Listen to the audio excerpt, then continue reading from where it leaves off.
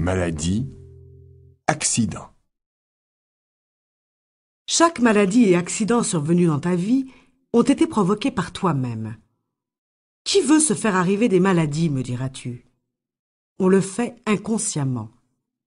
La maladie représente tout simplement un signal de ton corps. Ta superconscience, ton Dieu intérieur, t'envoie un message, car certaines de tes actions, pensées et paroles vont à l'encontre de l'amour. Il ne sert à rien d'en vouloir à la nature, ou encore de se froisser à cause d'une maladie. Il importe plutôt de capter le message et de remercier de nous l'avoir envoyé. Quand tu ne le saisis pas, il suffit de te poser la question « Aide-moi à trouver le message, je ne le comprends pas ». En acceptant d'y voir, tu fais un acte d'amour pour toi-même. Comment se fait-il que j'ai encore une grippe? J'en ai assez de ces grippes. Ça va faire. J'ai encore une autre migraine. Ou encore, mon mal de dos ne veut pas se passer. Par de telles exclamations, tu refuses ta responsabilité et la fréquence de tes maladies ou de tes accidents augmentera. La gravité d'une maladie se révèle aussi forte que son message. Lorsque la maladie persiste, il est grand temps d'y voir. Si elle devient puissante, c'est qu'elle a bâti sa force depuis très longtemps. Ton âme crie au secours. Il est donc grand temps que tu reviennes sur la route de l'amour. Chaque malaise, maladie ou accident n'est tout simplement qu'un avertissement. La maladie ou le malaise cesse aussitôt que tu en as compris le message et que tu t'es accepté. Ça ne prend pas plus d'énergie pour les faire arrêter que pour les faire arriver. Ce n'étaient que des énergies mal utilisées. Une fois ta maladie disparue, ou ton malaise, remarque toute l'énergie supplémentaire qui fait surface. Ça prend beaucoup d'énergie pour être malade. Tu nourris ton corps physique comme tu mènes ta vie. Ton corps physique est la machine la plus extraordinaire qui existe sur la Terre. Aucun être humain n'a encore réussi à concevoir ni à bâtir une réplique de cette merveille. Il a été affirmé théoriquement que si l'on tentait de construire un ordinateur aux mêmes fonctions que celles du cerveau humain, cet ordinateur serait à la dimension de la Terre entière. Dès la naissance, le corps sait comment être un corps. Nul besoin de lui apprendre à dormir, à avoir soif, pleurer, éternuer, transpirer, avoir chaud, avoir froid, éliminer, digérer, bâiller, vomir, avaler, rire, bouger, saigner, se cicatriser, etc. Il le sait déjà instinctivement. Il connaît aussi ses véritables besoins: sommeil, nourriture, éléments nutritifs. On oublie tout simplement de lui faire confiance à ce sujet. La mère fait confiance au bébé qui vient de naître. Elle attend qu'il demande son biberon, elle connaît ses pleurs, elle guette son réveil.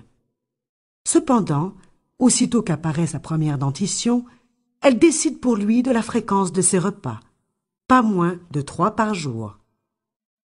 Ainsi, après quelques mois de vie, on ne permet plus à l'enfant de faire confiance à son corps physique. Il connaît pourtant ses vrais besoins. Même s'il ne raisonne pas de 0 à 7 ans, le jeune enfant accumulera tout ce qu'on lui enseigne. Devenu adulte, cet enfant ne saura reconnaître les vrais besoins de son corps. C'est pourquoi il est intéressant de constater maintenant que notre façon de nous alimenter correspond à notre façon de vivre. De quelle façon t'alimentes-tu? Est-ce de façon routinière, c'est-à-dire déjeuner, dîner et souper à heure fixe? Te nourris-tu sans te poser de questions, car tu es convaincu d'avoir à le faire de cette façon? Alors, c'est que tu agis ainsi dans ta vie. Tu fais un tas de choses parce que tu crois avoir à le faire ainsi. Tu ignores pourquoi. Tu supposes que ça doit être comme ça. Par habitude, on répète les mêmes gestes. Et si tu découvres que tu es une personne qui a beaucoup d'habitudes alimentaires, tu découvriras aussi que les que vont-ils en penser, que vont-ils dire, que vont-ils faire ont beaucoup d'importance pour toi. Alors, au lieu de penser, d'agir, de t'habiller à ta façon comme tu l'entends, même si cette façon n'est pas habituelle, tu appréhendes souvent la réaction des autres et tu n'es plus toi-même. Tous ces petits détails te créent de l'insatisfaction. N'en cherche plus la cause. Apprends à connaître tes vrais besoins.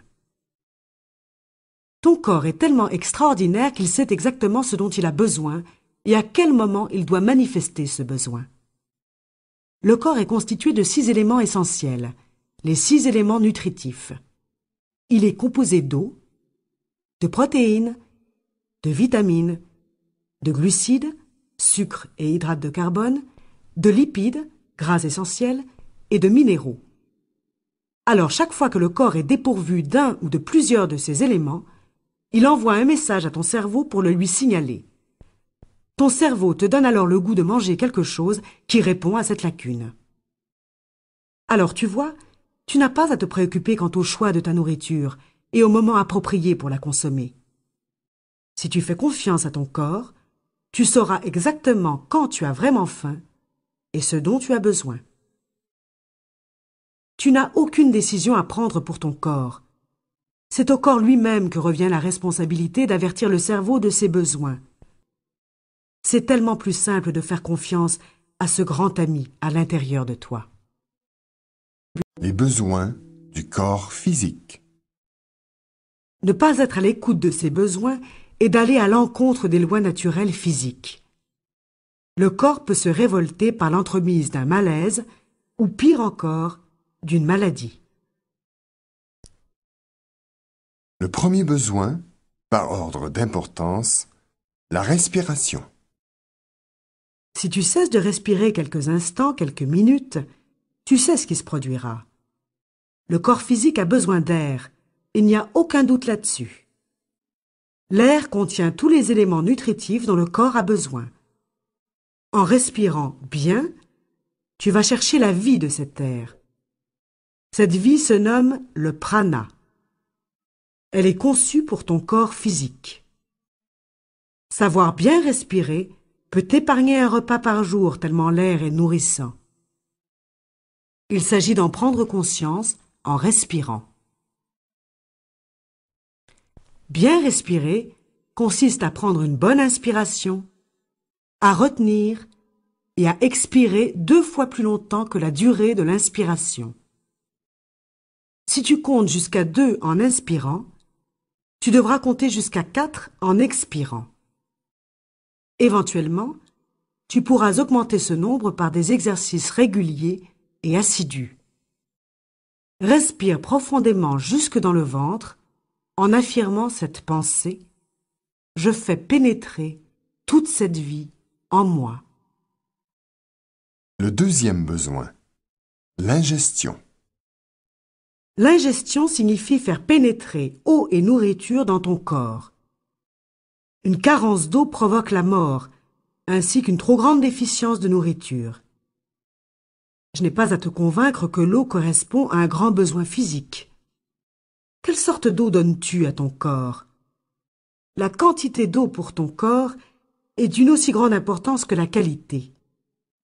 Tu devrais boire 2 à 3 litres d'eau par jour.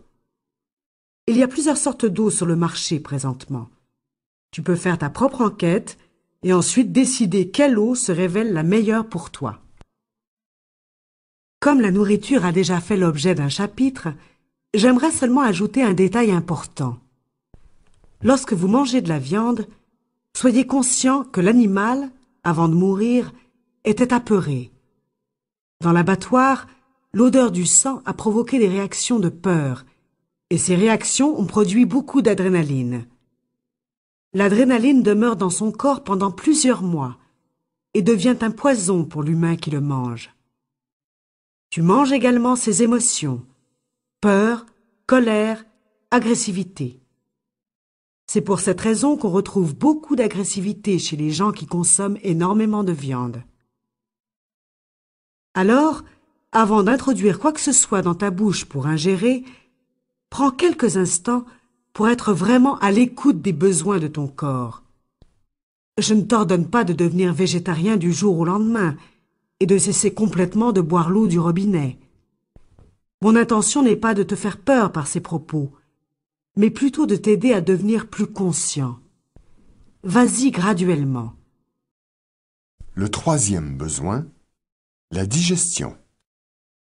Il est primordial pour ton corps de digérer la nourriture. Il y a non seulement la digestion de nourriture, mais aussi la digestion d'idées nouvelles. Tu as peut-être accepté l'idée de quelqu'un. Tu l'as donc avalée. Mais après coup, tu décides de t'y opposer en critiquant l'autre parce que cette idée réveille une peur pour toi.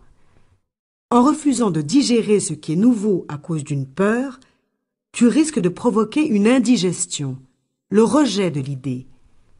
Cette attitude occasionne des troubles de digestion et elle peut même atteindre tout ton système digestif, c'est-à-dire l'estomac, le foie et le pancréas. Le quatrième besoin, l'élimination. Une bonne mastication et une bonne digestion sont primordiales pour bien éliminer. Les fibres y jouent également un grand rôle. Elles sont une partie des aliments que le corps ne digère pas. Elles forment de petits poils qui aident au nettoyage des intestins. Il importe de savoir éliminer les idées, de les relâcher. La rapidité de l'évolution d'aujourd'hui occasionne beaucoup de problèmes à la personne qui veille trop à ses vieilles idées. Ces problèmes se manifestent par la constipation, les hémorroïdes, les problèmes de vessie, d'enflure et de rétention d'eau, car l'élimination doit s'effectuer non seulement par les intestins et le rectum, mais aussi par les reins. Ces ennuis organiques indiquent un blocage au niveau des pensées et des idées. Le cinquième besoin, l'exploration. Explorer est un besoin primordial chez l'être humain. Celui qui ne bouge pas, qui n'utilise pas ses sens pour avancer, est définitivement malade. Si tu as déjà passé quelques semaines au lit, tu sauras de quoi je parle. L'être humain a besoin d'être actif. Il doit utiliser cette grande énergie. Maintenir une activité physique régulière toutes les semaines est très bénéfique. L'exercice physique idéal est la marche. Elle représente l'exercice le plus simple, le moins cher et le moins violent. Elle redonne beaucoup d'équilibre au corps. La marche est aussi une activité de détente et de relaxation. Elle se pratique sans difficulté et peut être arrêtée au moindre signe de fatigue. Elle lutte avec efficacité contre l'empâtement du corps et de l'esprit. Elle améliore les défenses naturelles de l'organisme et en retarde quelque peu son vieillissement. Elle aide à se maintenir en forme et minimise les risques d'infarctus et d'artériosclérose. Ces mouvements automatiques permettent une libération tout en gardant l'esprit fermé. L'exploration psychique est également très importante sur l'effet physique de ton corps. Si tes actions, pensées et paroles t'empêchent d'avancer dans ta vie, des problèmes surviendront au niveau des jambes, des bras, des yeux, des oreilles ou du nez. Arrête d'avoir peur d'être coincé. Tout s'arrange. Réalises-tu combien ton corps est extraordinaire et merveilleux? Comme il n'y a ni bien ni mal, tu n'as plus à te casser la tête. Quoi que tu fasses, dises, penses ou ressentes, si ce n'est pas bénéfique, on te fera signe. Ta seule responsabilité consiste à demeurer alerte. Surveille tes malaises, tes maladies, ton manque d'énergie, tes émotions et ta consommation de nourriture. Aussitôt qu'il y a un signal, c'est qu'il se passe quelque chose. Ton corps t'indique que tu fais fausse route. On te rappelle alors sur le droit chemin, celui de l'amour. On sait que tu y seras plus heureux.